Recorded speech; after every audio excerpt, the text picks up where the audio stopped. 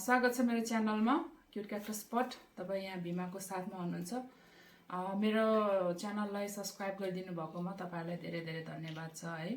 आज चाहिँ मेरो भिडियो चाहिँ के को बारेमा छ भने मैले बारीमा लसुन रोपेको थिएँ अनि लसुन उखालेर सुकाएर रेडी गरेर राखेको छु। अनि त्यो लसुन चाहिँ त्यो बाटेर राखेको छु अलिकति यसरी।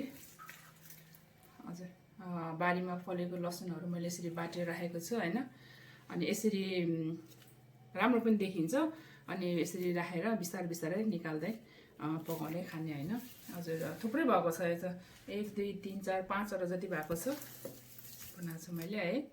हजुर, अनि मैले चाहिँ यो कसरी बाटेको थियो भने यहाँ देखाउन गइरहेको छु।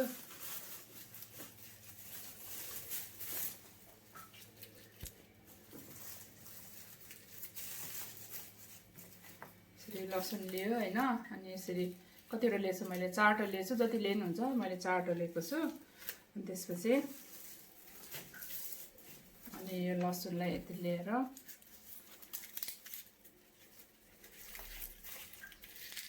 यस्तो गरेर अहिले चाहिँ यो लसुन यता राख्यो। अनि अब अहिले चाहिँ मैले यसलाई यतापट्टि फर्काउँछु। अनि यस्तो गरेर यसरी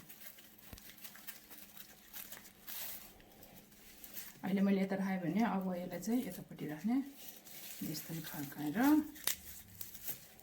यस्तो गरेर अनि यहाँ तल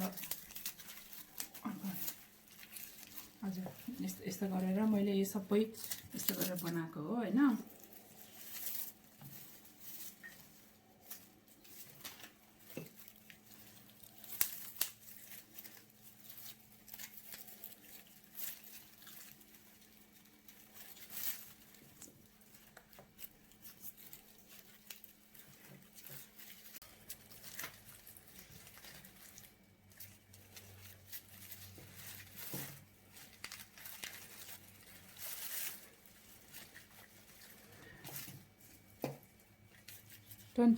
को अक्टोबरमा रोपेको हो मैले यो लसुन।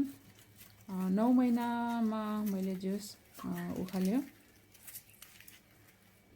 यदि तपाईँ नयाँ हुनुहुन्छ भने यो लसुनको अपडेट भिडियोहरू मैले पहिला आउटडोर गार्डन टुरमा दिँदै गर्थेँ। मेरो च्यानलमा छ भिडियोजहरू, तपाईँले त्यहाँ हेर्न सक्नुहुनेछ।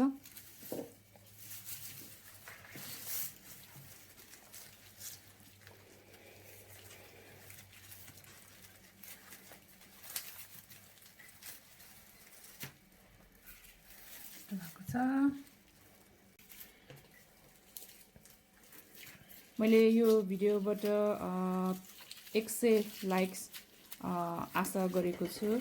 अनि भिडियो मन परे सब्सक्राइब अनि कमेन्ट्स पनि लेख्न नबिर्सिनु होला है। आज भिडियो गर्दाखेरि ट्राइपड चलाउनु परेको छैन। बुढाले भिडियो खिचिदिँदै हुनुहुन्छ। बुढालाई धेरै धेरै धन्यवाद छ।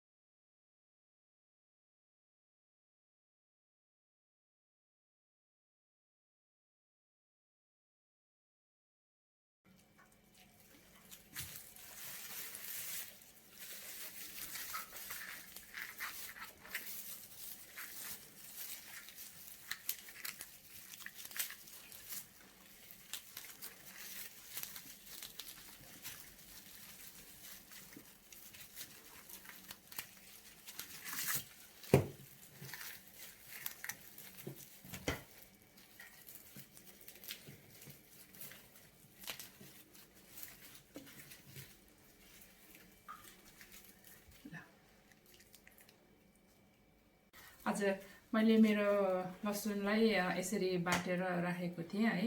यिनीहरू सबै अब उम्रिएको फलाएको कुरालाई यसरी गरेर राख्यो भने पछि जतिखेर मनपर्छ उतिखेरै निकालेर खाने होइन। अब चाहिँ मैले घाम लाग्ने बेलामा बाहिर लगेर झुन्डाइ राख्छु, भित्र राख्यो भने चाहिँ यो अलिक कलिलो भएको घर गनाउँछ, त्यही भएर बाहिर लगाएर राख्छु है। हजुर, आज यो थियो मेरो भिडियो। अब म तपाईँहरूलाई अर्को भिडियोमा भेट्नेछु। अहिले मलाई बिदा दिनुहोस्। नमस्ते, बाई।